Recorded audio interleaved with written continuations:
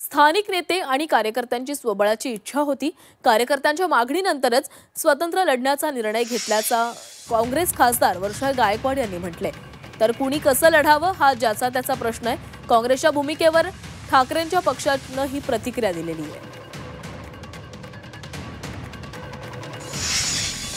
पण मुंबई काँग्रेसच्या पदाधिकाऱ्यांचं सगळ्यांचं आणि मुंबईच्या सगळ्या नेत्यांचं ज्येष्ठ नेत्यांचं म्हणणं असं आहे की मुंबई काँग्रेसचं जे महानगरपालिकेचं इलेक्शन आहे ते आम्ही जे आहे ते स्वबळावर त्या ठिकाणी लढलं पाहिजे। कारण मागील काळामध्ये सुद्धा काँग्रेसने जे आहेत हे इलेक्शन लढलं होतं। तुम्ही 17चं बघा, त्या ठिकाणी इलेक्शन तुम्ही बघितलं तर त्या काँग्रेसच्या कार्यकर्त्यांची इच्छा आहे। शेवटी हे इलेक्शन कार्यकर्त्याचे आणि जर कार्यकर्त्यांची मनशा असेल की आपण हे जे इलेक्शन आहे ते स्वबळावर लढलं पाहिजे तर ती भूमिका आज मुंबई काँग्रेसच्या वतीने मी आमच्या प्रभारांसमोर त्या ठिकाणी ठेवण्याचं काम केलेलं आहे।